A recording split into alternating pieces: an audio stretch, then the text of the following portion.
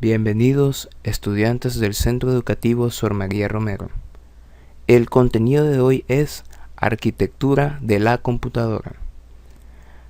Dentro de este trabajo tendremos dos conceptos importantes.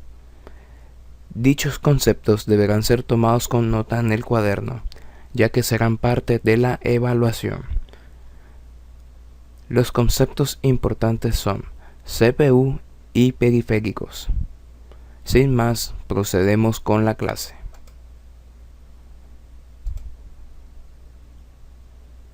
Arquitectura de la computadora.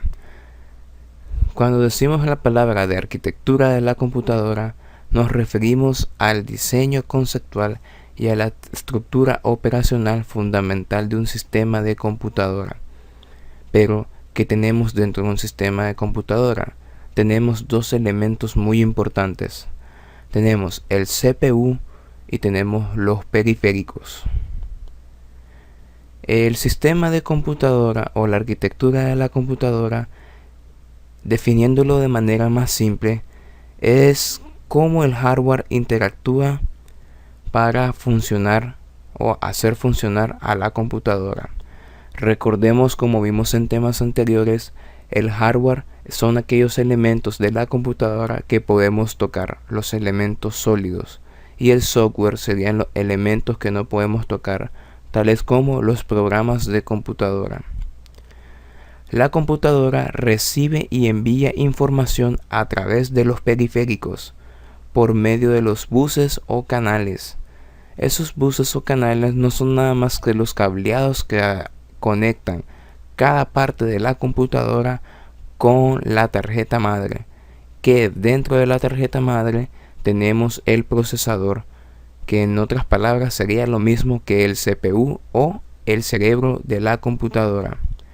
El CPU es el encargado de procesar la información que llega a la computadora, intercambiando esta información entre cada uno de sus elementos o periféricos, ya sea periféricos de entrada, de salida, de entrada, salida y comunicación. A todas aquellas unidades de un sistema de cómputo, exceptuando el CPU, se les denomina periféricos, por lo que la computadora está compuesta por dos partes bien diferenciadas, y acá lo veremos en el siguiente esquema. El esquema se compone de esta manera. Dentro de lo que conocemos la computadora, tenemos dos elementos, CPU y periféricos. En el CPU tenemos las memorias principales, tales como la memoria RAM y la memoria ROM. Tenemos la unidad aritmética lógica. Esa unidad aritmética lógica está alojada dentro del procesador y de alguna forma es la que realiza un sinnúmero de cálculos matemáticos.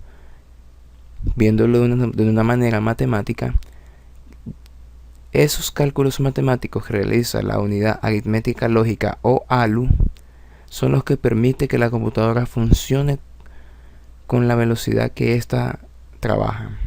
Y por último tenemos la unidad de control, que es la que controla cada elemento conectado a la computadora.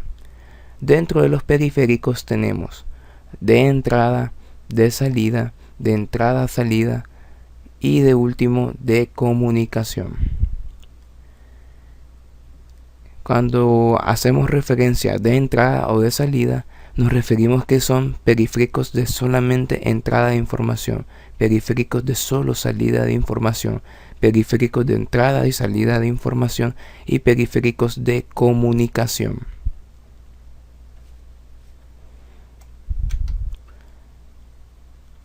Acá podemos ver varios ejemplos de los tipos de periféricos que existen. Dentro de los periféricos de entrada podemos notar los siguientes que están en la imagen. Por ejemplo, el teclado, el mouse y la webcam. De salida tenemos la webcam, también es un dispositivo de salida. Tenemos también los altavoces y tenemos la impresora, ya que de esa manera ellas transmiten información justamente afuera de la máquina. Tenemos periféricos de entrada y salida. los modem, router, el fax y la pantalla táctil. Y periféricos de comunicación. Acá se repite el router, el modem, Wi-Fi, tarjeta de red y fax. De alguna manera podemos decir que los dispositivos de comunicación son los mismos que los dispositivos de entrada y salida.